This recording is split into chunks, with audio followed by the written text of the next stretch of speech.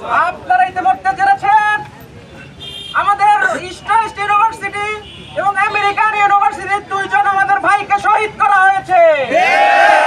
তারা আমাদের জুলাই বিপ্লবের অন্যতম বিপ্লবকারী হিসেবে ছিল। তারা ফেসবুকে বিভিন্ন অনলাইনে ভারত বিরোধী আগ্রাসন বিরোধী লেখালেখি করত।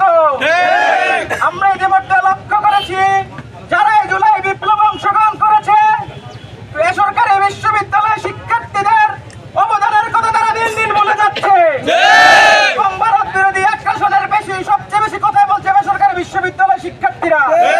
এজন্য ভারত থেকে ওই খুনি ফ্যাসিস্ট হাসিনা আমাদের বেসরকারি বিশ্ববিদ্যালয় শিক্ষার্থীদেরকে টার্গেট করে একে একে কিলিং মিশন চালাচ্ছে।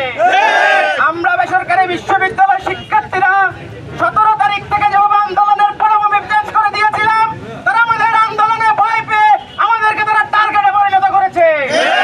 আমরা ওই ভারতকে দায়িত্বহীন কণ্ঠে বলে দিতে চাই, ওই খুনি হাসিনাকে দায়িত্বহীন কণ্ঠে বলে দিতে চাই, বেসরকারি বিশ্ববিদ্যালয় শিক্ষার্থীরা বাংলাদেশ ছাড়া অন্য কারো দাবিদারি করে না। আমরা ওই ভারতকে, আপনারা ইতিমধ্যে জেনেছেন জুলাই গণঅভ্যুত্থানে নেপথ্যে থেকে যারা জুলাই গণঅভ্যুত্থানের যে ঘুরিয়ে দিয়েছিল তারাই হচ্ছে প্রাইভেট ইউনিভার্সিটির ছাত্ররা। এই প্রাইভেট ইউনিভার্সিটির ছাত্রদেরকে টার্গেট করে আজকে স্বৈরাচার ফ্যাসিস্টের দালালেরা যে সিরিয়াল কিলিং চালাচ্ছে তার তীব্র নিন্দা এবং প্রতিবাদ জানায়।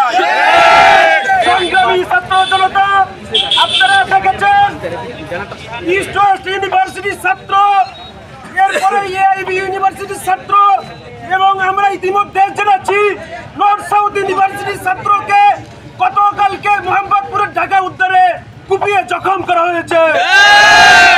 আমরা স্পষ্ট ভাষায় বলে দিতে চাই, বর্তমান সরকারের যারা ভারতের পাশ আসছে, ভারতের দালালি করছে, তাদেরকে আমরা হুঁশিয়ার করতে চাই, আপনারা যেভাবে জুলাই গণঅভ্যুত্থানের ছাত্রদের রক্তে আগুন জ্বালিয়ে দিয়েছেন একইভাবে আপনারা সতর্ক হয়ে যান।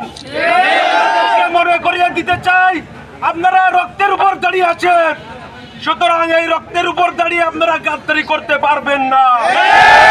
সংগ্রামী ছাত্র জনতা, এই পর্যায়ে কথা বলবেন আমাদের প্রাইভেট ইউনিভার্সিটি ইউথ অ্যাসোসিয়েশন